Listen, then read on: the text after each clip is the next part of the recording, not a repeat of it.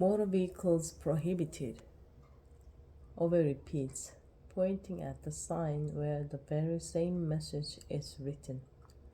He walks towards the Skoda with clenched fists.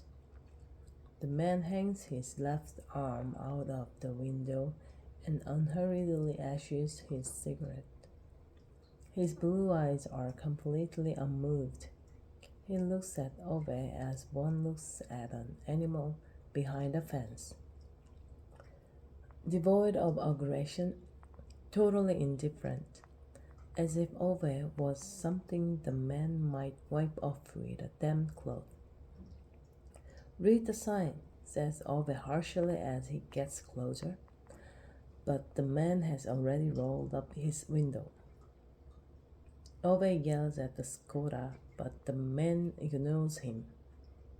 He doesn't even pull away with a wheel spin and screaming tires.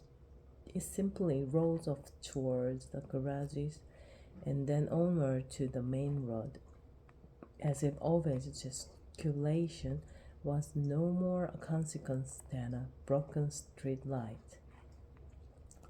Ove stands rooted to the spot, so worked up that his fists are trembling.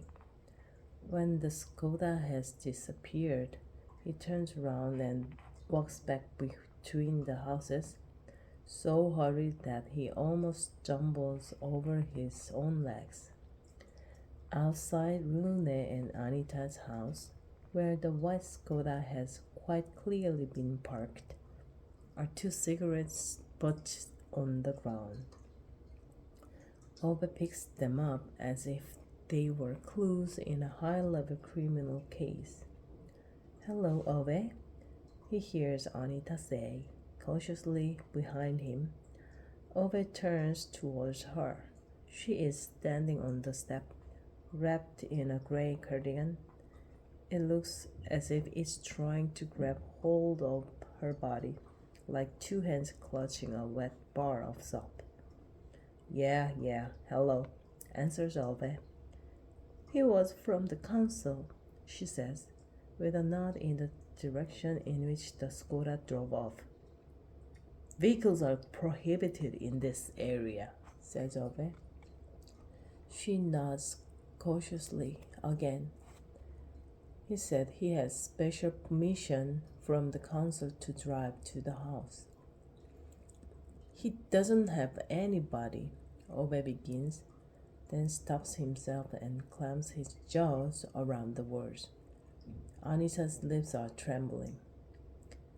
"They want to take Rune away from me," she says. Ove nods without answering. He is still holding the plastic tube in his hand. He pushes his other clenched fist into his pocket. For a moment, he thinks about saying something, but then he looks down, turns around, and leaves. He's already gone several meters when he realizes that he has the cigarette butts in his pocket, but by then it's too late to do anything about it. Blonde Weed is standing in the street. Mutt starts barking hysterically as soon as it catches sight of Ove. The door to the house behind them is open, and Ove assumes they are standing there waiting for that thing known as Anders. Mutt has something like fur in her mouth. Its owner grins with satisfaction. Ove stares at her as he goes past. She doesn't avert her eyes. Her grin gets even broader, as if she's grinning at Ove's expense. When he passes between his house and that of the lanky one and pregnant woman, he sees the lanky one standing in the doorway. "Hi there, Ove," he calls out inanely. Ove sees his ladder leaning up against the lanky one's house. The lanky one waves cheerfully. Apparently, he's got up early today, or at least early by the standards of IT consultants. Ove can see that He's holding a blunt silver dining knife in one hand, and he realizes he's most likely intending to use it to lever the jammed upstairs window. Ove's ladder, which the lanky one is clearly about to scale, has been shoved at an angle into a deep snowdrift. Have a good day. Yeah, yeah, answers Ove without turning round as he trudges past. Mutt is outside that Anders thing's house, barking furiously out of the corner of his eye. Ove sees the weed still standing there with a scorching smile in his direction. It disturbs Ove. He doesn't quite know the reason for it, but he feels the disturbance in his bones. As he walks up between the houses, past the bicycle shed and into the parking area, he reluctantly admits to himself that he's walking around looking for the cat, but he can't seem to find it anywhere. He opens his garage door, unlocks the Saab, and then stands there, his hands in his pockets. For what must be in excess of a half hour, he doesn't quite know why he's doing it. He just feels that something like this requires some kind of sanctified silence before one has off. He considers whether the paintwork of Saab will become terribly dirty as a result of this. He supposes so. It's a pity and a shame, he realizes, but not much can be done about it. He gives the tires a couple of evaluating kicks. They're in fine order, they really are. Good for at least another 3 winters, he estimates, judging by his last kick, which quickly reminds him about the letter in the inside pocket of his jacket. So he fishes it out to check whether he has remembered to leave instructions about the summer tires. Yes, he has. It's written here under Saab plus accessories. Summer tires in the shed, and then clear instructions that even a genuine moron could understand about where the rim boards can be found in the boot. Ove slides the letter back into the envelope and puts it in the inside pocket of his jacket. He glances over his shoulder into the parking area, not because he's bothered about that damned cat, obviously. He just hopes nothing's happened to it, because then there'll be hell to pay from Ove's wife. He's quite sure about that. He just doesn't want ticking off because of the damned cat. That's all. The sirens of an approaching ambulance can be heard in the distance, but he barely takes any notice, just gets into the driver's seat and starts the engine, opens the back electric window about 5 centimeters, gets out of the car, closes the garage door, fixes the plastic tube tightly over the exhaust pipe, watches the exhaust fumes slowly bubbling out of the other end of the tube, then feeds the tube through the open back window, gets into the car, closes door, adjusts the wing mirrors, fine-tunes the radio 1 step forward and 1 step back, leans back in the seat, closes his eyes, feels the thick exhaust smoke, cubic centimeter by cubic centimeter, filling the garage and his lungs. It wasn't supposed to be like this. You work and pay off the mortgage and pay tax and do what you should. You marry, for better or for worse, until death do us part. Wasn't that what they agreed? Ove remembers quite clearly that it was, and she wasn't supposed to be the first one to die. Wasn't it bloody well understand that it was his death they were talking about? Well, wasn't it? Overhears the banging at the garage door, ignores it, straightens the creases of his trousers, looks at himself in the reverse mirror, wonders whether perhaps he should have put on a tie. She always liked it when he wore a tie. She looked at him then as the most handsome man in the world. He wonders if she will look at him now, if she'll be ashamed of him turning up in the afterlife unemployed and wearing a dirty suit. Will she think he is an idiot who can't even hold down an honest job without being phased out just because his knowledge has been found wanting on account of some computer? Will she still look at him the way she used to, like a man who can be relied on?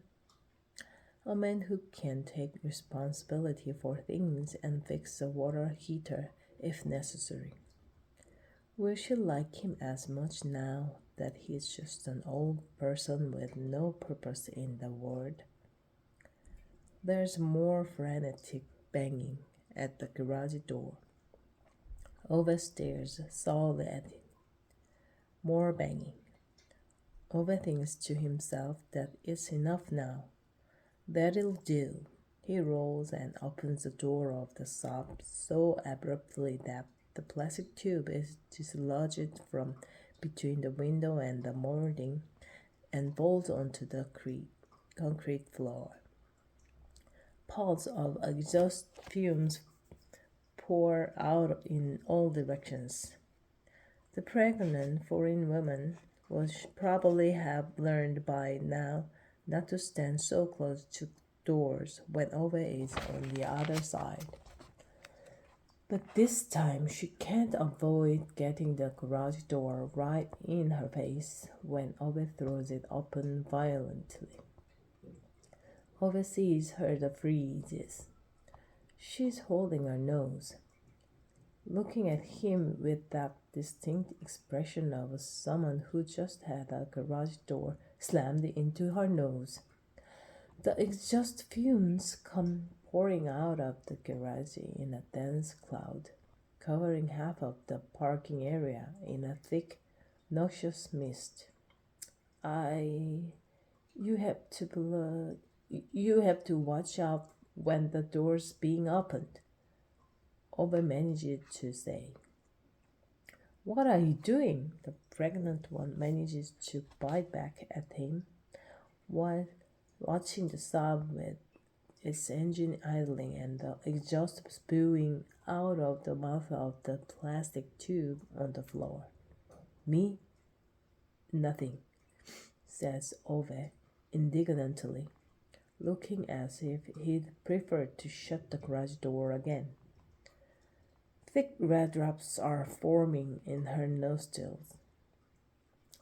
She covers her face with one hand and waves at him with the other. I need a lift to the hospital, she said, tilting her head back. Ove looks skeptical. What the hell? Pull yourself together. It's just a nosebleed. She swears in something Ove assumes is Farsi and clamps the bridge of her nose hard between her thumb and index finger. Then she shakes her head impatiently, dripping blood all over her jacket. Not because of the nose blood. Ove's bit puzzled by that. Puts his hands in his pockets. No, no. Well then, she groans. Patrick fell off the ladder. She leans her head back so that Ove stands there talking to the underside of her chin. Who's Patrick? Ove asks the chin. My husband, the chin answers. The lanky one? asks Ove. That's him, yeah, says the chin. And he fell off the ladder? Ove clarifies. Yes, when he was opening the window. Right, what a bloody surprise. You could see that one coming from a mile away. The chin disappears and the large brown eyes reappear. They don't look entirely pleased. Are we going to have a debate about this or what? Ove scratches his head, slightly bothered. No, no, but can't you drive yourself? In that little Japanese sewing machine you arrived in the other day. He tries to protest. I don't have a driving license, she replies, mopping blood from her lip. What do you mean you don't have a driving license? Asks Ove, as if her words are utterly inexplicable to him. Again she sighs impatiently. Look, I don't have a driving license, and that's all. What's the problem? How old are you? Ove asks, almost fascinated now. 30, she says impatiently. 30? And no driving license? Is there something wrong with you? She groans, holding one hand over her nose and snapping her fingers with irritation in front of Ove's face. Focus a bit, Ove. The hospital. You have to drive us to the hospital. Ove looks almost offended. What do you mean, us? You'll have to call an ambulance if the person you're married to can't open a window without falling off the ladder. I already did. They've taken him to the hospital, but there was no space for me in the ambulance. And now, because of the snow, every taxi in town is occupied and the buses are getting bogged down everywhere. Scattered streams of blood are running down one of her cheeks. Ove clamps his jaws so hard that he starts gnashing his teeth. You can't trust bloody buses. The drivers are always drunks, he says quietly, his chin at an angle that might make someone believe he was trying to hide his words in the side of his shirt collar. Maybe she notices the way his mood shifts as soon as she mentioned the word bus. Maybe not. Anyway, she nods as if this in some way clinches it. Right then, so you have to drive us. Ove makes courageous attempt to point threateningly at her, but to his own dismay, he feels it's not as convincing as she might have hoped. There are no have-tos round here. I'm not some bloody mobility service, he manages to say at last. But she just squeezes her index finger and thumb even harder round the bridge of her nose and nods as if she has not in any way listened to what he just said. She waves with irritation toward the garage and the plastic tube on the floor spewing out exhaust fumes thicker and thicker against the ceiling. I don't have time to fuss about this anymore. Get things ready so we can leave. I'll go and get the children. The children? Ove shouts after her without getting any kind of answer.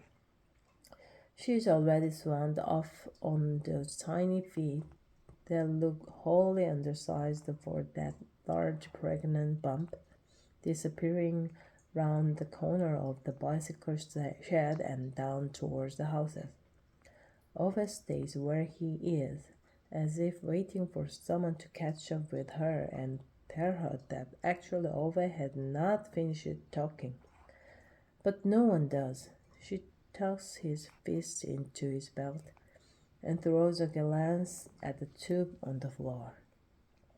It's actually not his responsibility if people can't manage to stay on the ladders they blow off him. That's his own view. But of course, he can't avoid thinking about what his wife would have told him to do under the circumstances if she'd been here. And of course, it's not so difficult to work it out, Ove realizes it.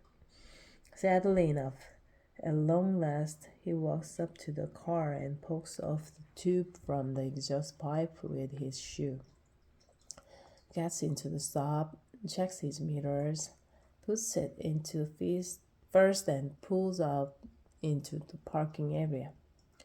Not that he cares particularly about how the pregnant foreign woman gets to the hospital, but Ove knows very well that there'll be no end of nagging from his wife if the last thing Ove does in this life is to give a pregnant woman a nosebleed and then abandon her to take the bus.